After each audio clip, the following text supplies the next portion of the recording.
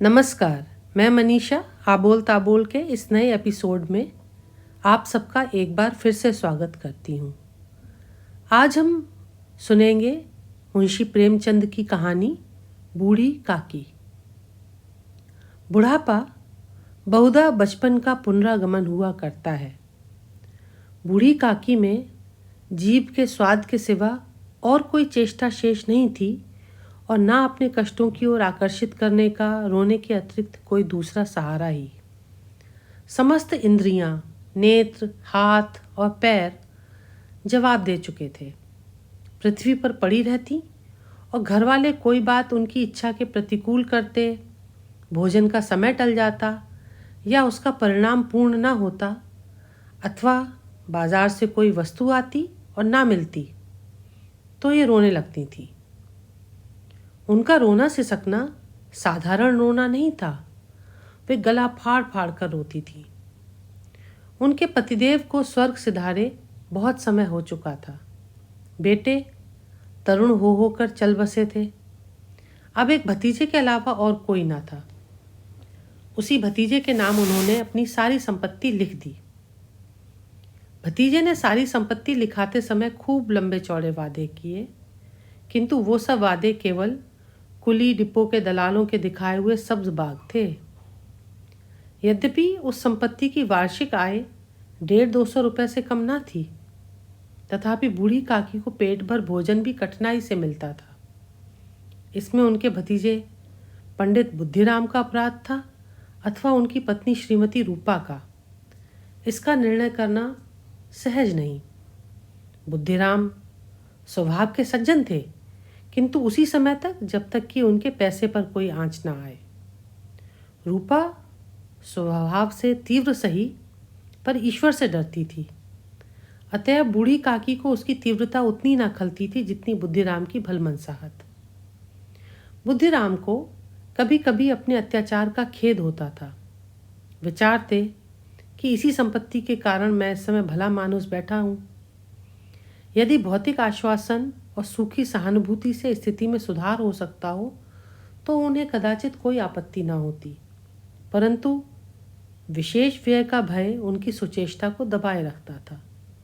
यहाँ तक कि यदि द्वार पर कोई भला आदमी बैठा होता और बूढ़ी काकी उस समय अपना राग अलापने लगती तो वो आग हो जाते और घर में आकर उन्हें जोर से डांटते।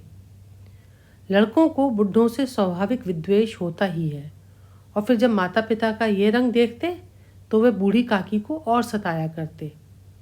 कोई चुटकी काट कर भागता, कोई इन पर पानी की कुल्ली कर देता। काकी चीख मार कर रोती, परंतु ये बात प्रसिद्ध थी कि वो केवल खाने के लिए रोती हैं, अतएव उनके संताप और आर्तनाद पर कोई ध्यान नहीं देता था। हाँ, काकी क्रोधातुर होकर बच्चों को गालियां देने लगती तो रूपा घटना स्थल पर आ पहुंचती। इस भय से काकी अपनी जिह्वा कृपाण का कदाचित ही प्रयोग करती थी। यद्यपि उपद्रव शांति का ये उपाय रोने से कहीं अधिक उपयुक्त था। संपूर्ण परिवार में यदि काकी से किसी को अनुराग था तो वह बुद्धिराम की छोटी लड़की लाडली थी। लाडली अपने दोनों भाइयों के भय से अपने हिस्से की मिठाई चबैना बूढ़ी काकी के पास बैठकर खाया करती थी। यही उसका रक्षागार था, और यद्यपि काकी की शरण उनकी लोलुपता के कारण बहुत महंगी पड़ती थी, तथापि भाइयों के अन्याय से सुरक्षा कहीं सुलभ थी तो बस यहीं। इसी स्वार्थ अनुकूलता ने उन दोनों में सहानुभूति का आरोपण कर दिया था। रात का समय था। बुद्धिराम के द्वार पर शहनाई बज रही थी और गांव के बच्चों का झुंड विस्मयपूर्ण नेत्रों से गाने का रसास्वादन कर रहा था। चारपाइयों पर मेहमान विश्राम करते हुए नाइयों से मुक्कियां लगवा रहे थे। समीप खड़ा भाट विरुदावली सुना रहा था और कुछ वाह वाह पर ऐसा खुश हो रहा था मानो इस वाह वाह का यथार्थ में वही अधिकारी है। दो एक अंग्रेजी में पढ़े हुए नवयुवक इन व्यवहारों से उदासीन थे। वे इस गंवार मंडली में बोलना अथवा सम्मिलित होना अपनी प्रतिष्ठा के प्रतिकूल समझते थे। आज बुद्धिराम के बड़े लड़के मुखराम का तिलक आया था। यह उसी का उत्सव है। घर के भीतर स्त्रियां गा रही थीं और रूपा मेहमानों के लिए भोजन में व्यस्त थी।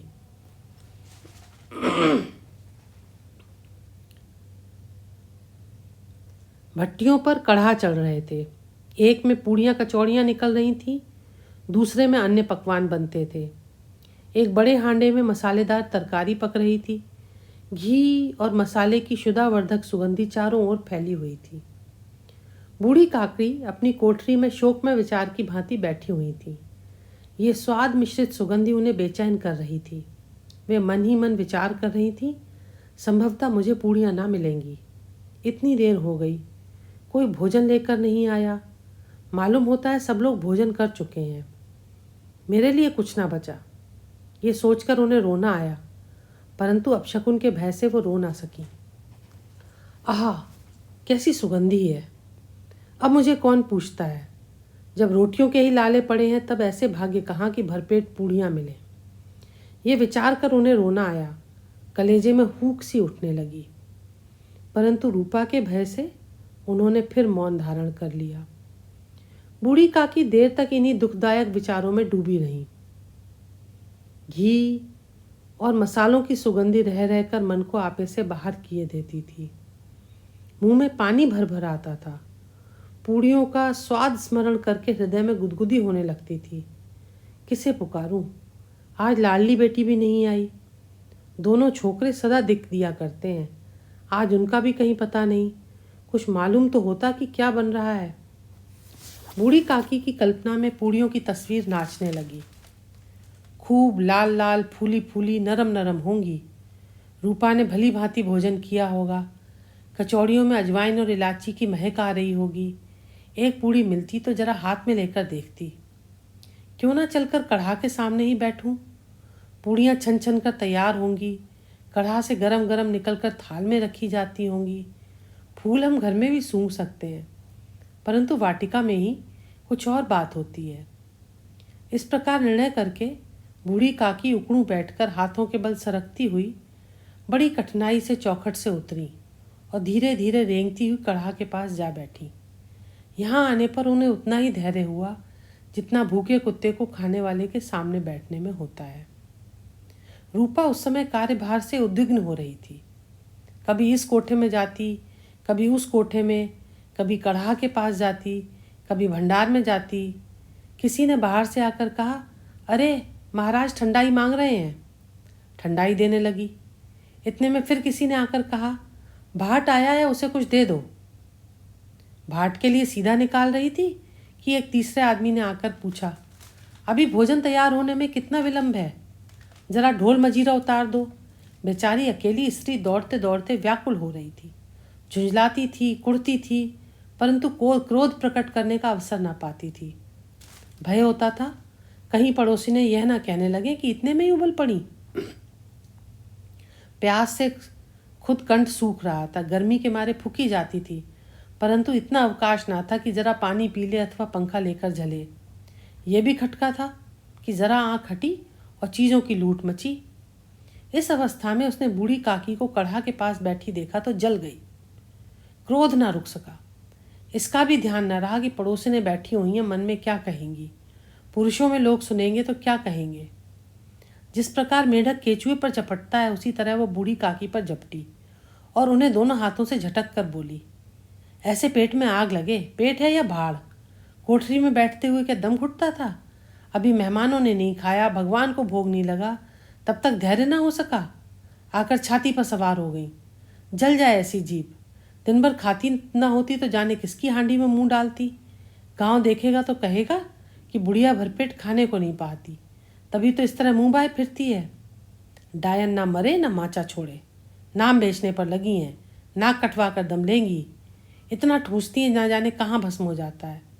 भला चाहती हो तो जाकर कोठरी में बैठो, जब घर के लोग खाने लगेंगे तब तुम्हें भी मिलेगा। तुम कोई देवी नहीं हो कि चाहे किसी के मुंह में पानी न जाए पर तुम्हारी पूजा पहले ही हो जाए। बूढ़ी काकी ने सिर न उठाया, न रोई न बोली, चुपचाप रेंगती हुई अपनी कोठरी में चली गई।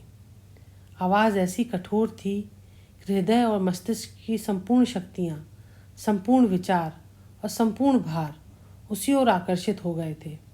नदी में जब कगार का कोई वृहद खंड कटकर गिरता है तो आसपास का जल समूह चारों ओर से उसी स्थान को पूरा करने के लिए दौड़ता है। भोजन तैयार हो गया। आंगन में पत्तलें पड़ गईं। मेहमान खाने लगे। स्त्रियों ने जेवनार गीत गाना आरंभ कर दिया।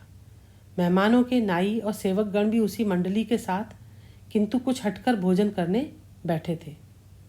परंतु सभ्यतानुसार जब तक सबके सब खाना चुके कोई उठ नहीं सकता था।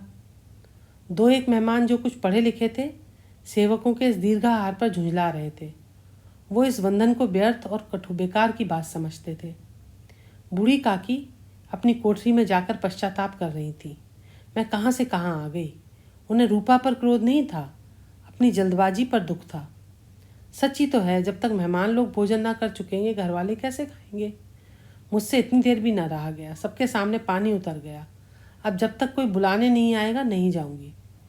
मन ही मन इस प्रकार का विचार करके वह बुलाने की प्रतीक्षा करने लगी। परंतु घी की रुचिकर सुवास बड़ी धैर्य परीक्षक प्रतीत हो रही थी। उन्हें एक एक पल एक एक युग के समान मालूम होता था। अब पत्तल बिछ गई होगी, मेहमान आ गए होंगे, लोग हाथ पैर धो रहे होंगे, नाई पानी दे रहा है। मालूम होता है लोग खाने बैठ गए, जेवनार गाया जा रहा है। ये विचार कर वो मन को बहलाने के लिए लेट गई। धीरे धीरे एक गीत गुनगुनाने लगी। पर उन्हें मालूम हुआ मुझे गाते देर हो गई। क्या इतनी देर तक लोग भोजन कर ही रहे होंगे। किसी की आवाज़ भी सुनाई नहीं देती। अवश्य ही लोग खा पी कर चले गए। मुझे कोई बुलाने नहीं आया। रूपा चिढ़ गई है, क्या जाने ना बुलाए। सोचती हो कि आप ही आएंगी। अब वो कोई मेहमान तो है नहीं जो उन्हें बुलाऊं। बूढ़ी काकी चलने को तैयार हुई। ये विश्वास कि 1 मिनट में पूड़ियाँ और मसालेदार तरकारियाँ सामने आएंगी उनकी स्वादेंद्रियों को गुदगुदाने लगा। उन्होंने मन में तरह तरह के मंसूबे बांधे। पहले तरकारी से पूड़ियाँ खाऊंगी, फिर दही और शक्कर से। कचौड़ियाँ रायते के साथ मज़ेदार मालूम होंगी। चाहे कोई बुरा माने चाहे भला, मैं तो मांग मांग कर खाऊंगी। यही ना लोग कहेंगे कि इन्हें विचार नहीं। कहा करें, इतने दिन बाद पूड़ियाँ मिल रही हैं तो मुँह जुठा करके थोड़ी उठ जाऊंगी। वो उकड़ू बैठकर सरकते हुए आंगन में आई। परंतु हाय दुर्भाग्य, अभिलाषा ने अपने पुराने स्वभाव के अनुसार समय की मिथ्या कल्पना की थी। मेहमान मंडली अभी बैठी हुई थी।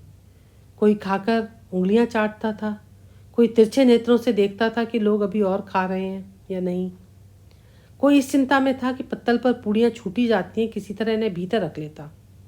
कोई दही खाकर चटकारता था, परंतु दूसरा दोना मांगते हुए संकोच करता था कि इतने में बूढ़ी काकी रेंगती हुई उनके बीच में आ पहुंची। कई आदमी चौंक कर उठ खड़े हुए, पुकारने लगे, अरे ये बुढ़िया कौन है, यहाँ कहाँ से आ गई, देखो किसी को छू ना दे। पंडित बुद्धिराम काकी को देखते ही क्रोध से तिलमिला गए। पूड़ियों का थाल लिए खड़े थे।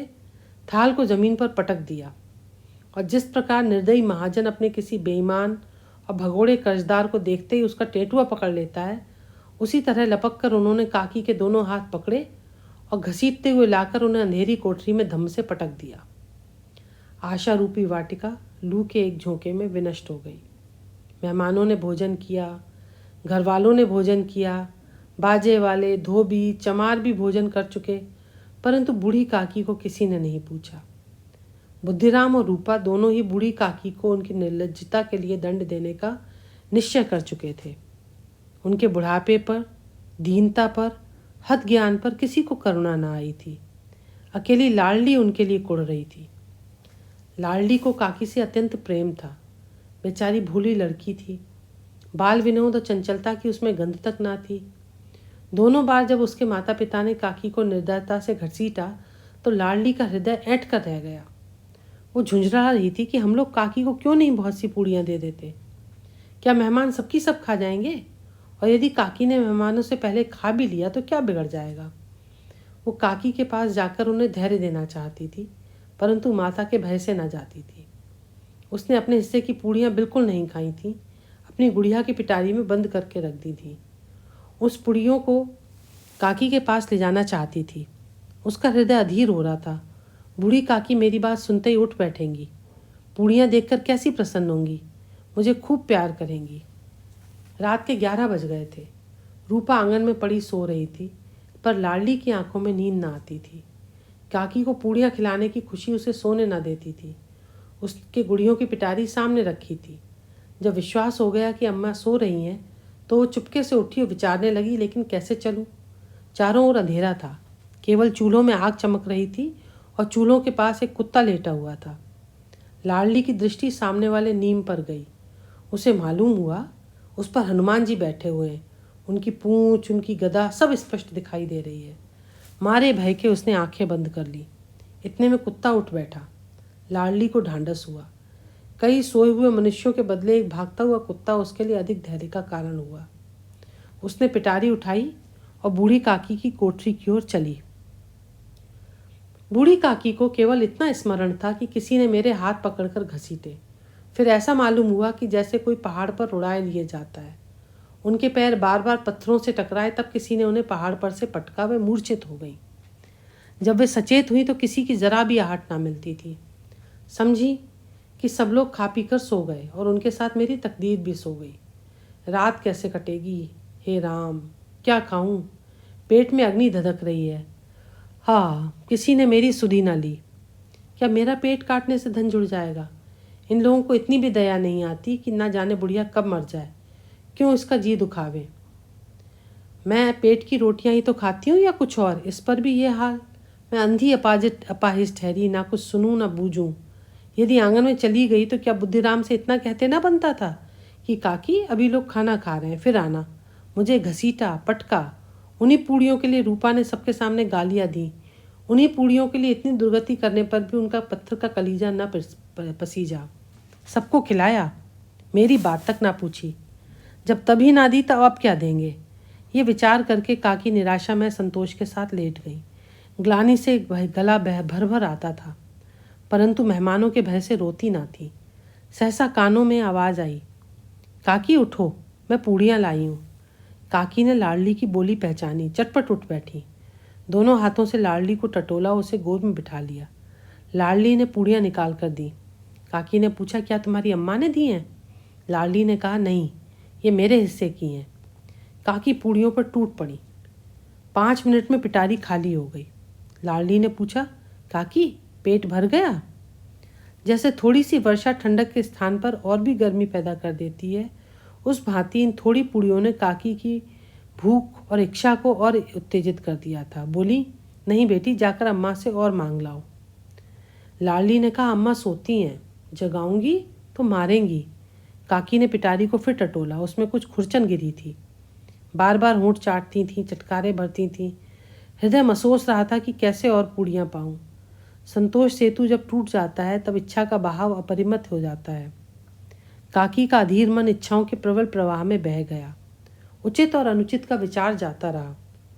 वे कुछ देर तक उस इच्छा को रोकती रहीं। फिर लाडली से बोली, मेरा हाथ पकड़कर वहाँ ले चलो जहाँ मेहमानों ने बैठकर भोजन किया है। लाडली उनका मतलब समझ ना सकी। उसने काकी का हाथ पकड़ा और ले जाकर जूठे पत्तलों के पास बिठा दिया। दीन, शुद्धातुर, हतज्ञान बुढ़िया पत्तलों से पूड़ियों के टुकड़े चुन चुनकर खाने लगी। ओह, दही कितना स्वादिष्ट था, कचौड़ियाँ कितनी सलोनी, खस्ता कितने सुकोमल। काकी बुद्धिहीन होते हुए भी इतना जानती थी कि मैं वो काम कर रही हूँ जो मुझे कदापि ना करना चाहिए। मैं दूसरों की जूठी पत्तल चाट रही हूँ। परंतु बुढ़ापा तृष्णा रोग का अंतिम समय है, जब संपूर्ण इच्छाएं एक ही केंद्र पर आ लगती हैं। बूढ़ी काकी में यह केंद्र उनकी स्वादेंद्रिय थी। ठीक उसी समय रूपा की आंख खुली। उसे मालूम हुआ कि लाडली मेरे पास नहीं है। वो चौंकी, चारपाई से इधर उधर ताकने लगी कि कहीं नीचे तो नहीं गिर पड़ी। उसे ने वहाँ अपना पाकर उठी तो क्या देखती है कि लाडली जूठे पत्तलों के पास चुपचाप खड़ी है और बूढ़ी काकड़ी पत्तलों पर से पूड़ियों के टुकड़े उठा उठा कर खा रही है। रूपा का हृदय सन्न हो गया। किसी गाय की गर्दन पर छुरी चलते देखकर जो अवस्था उसकी होती, वही उस समय हुई। एक ब्राह्मणी दूसरों की जूठी पत्तल टटोले, इससे अधिक शोकमय दृश्य असंभव था। पूड़ियों के कुछ ग्रासों के लिए उसकी चचेरी सास ऐसा निकृष्ट कर्म कर रही हैं। यह वह दृश्य था जिसे देखने वालों के हाथ हृदय कांप उठते हैं। ऐसा प्रतीत होता मानो जमीन रुक गई, आसमान चक्कर खा रहा है। रूपा को क्रोध न आया। शोक के सम्मुख क्रोध कहाँ? करुणा और भय से उसकी आंखें भर आईं। इस अधर्म का भागी कौन है? उसने सच्चे हृदय से गगन मंडल की ओर हाथ उठाकर कहा, हे परमात्मा, मेरे बच्चों पर दया करो। इस अधर्म का दंड मुझे मत दो, नहीं तो मेरा सत्यानाश हो जाएगा। रूपा को अपनी स्वार्थपरता और अन्याय इस प्रकार प्रत्यक्ष रूप में कभी न दिख पड़े थे। वो सोचने लगी, हाय कितनी निर्दय हूँ। जिसकी संपत्ति से मुझे 200 रुपये आय हो रही है उसकी यह दुर्गति, और मेरे कारण। हे दयामय भगवान, मुझसे बड़ी भारी चूक हुई है, मुझे क्षमा करो। आज मेरे बेटे का तिलक था। सैकड़ों मनुष्यों ने भोजन पाया। मैं उनके इशारों की दासी बनी रही। अपने नाम के लिए सैकड़ों रुपए व्यय कर दिए, परंतु जिसकी बदौलत हजारों रुपए खाए इसे इस उत्सव में भी भरपेट भोजन न दे सकी, केवल इसी कारण कि वह वृद्धा असहाय है। रूपा ने दिया जलाया, अपने भंडार घर का द्वार खोला और एक थाली में सारी सामग्रियां सजाकर बूढ़ी काकी की ओर चली। आधी रात जा चुकी थी।